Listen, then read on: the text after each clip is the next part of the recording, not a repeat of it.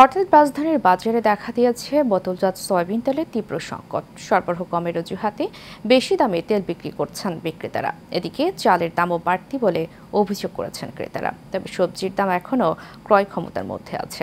আরও জানাচ্ছেন ওয়ালিদ সিদ্দিকী।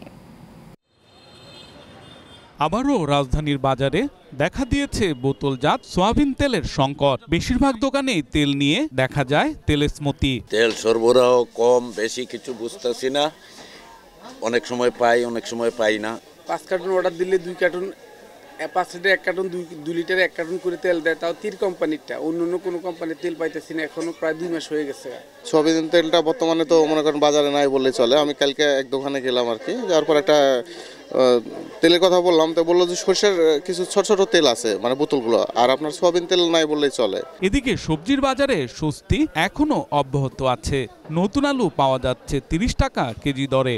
বেগুন, লাউ, সিমও আছে ক্রয় ক্ষমতার মধ্যেই। তবে মাছের দাম একটু বেশি বলে অভিযোগ করেন ক্রেতারা। একটু বেশি আর কি, মানে এই যে আজকে যেরকম কাতলা মাছ কিনলাম আর কি 420 করে নিল আর কি, আগে 380 390। আমার কাছে মনে হচ্ছে যে সবজিটা সহনীয় পর্যায়ে আছে। ডিমের দামের তেমন কোনো হেরফের হয়নি, তবে গত সপ্তাহের তুলনায় কিছুটা বেড়েছে মুরগির দাম। ব্রয়লার বিক্রি হচ্ছে 210 টাকায় এবং লেয়ার কিনতে গুনতে হচ্ছে 330 টাকা।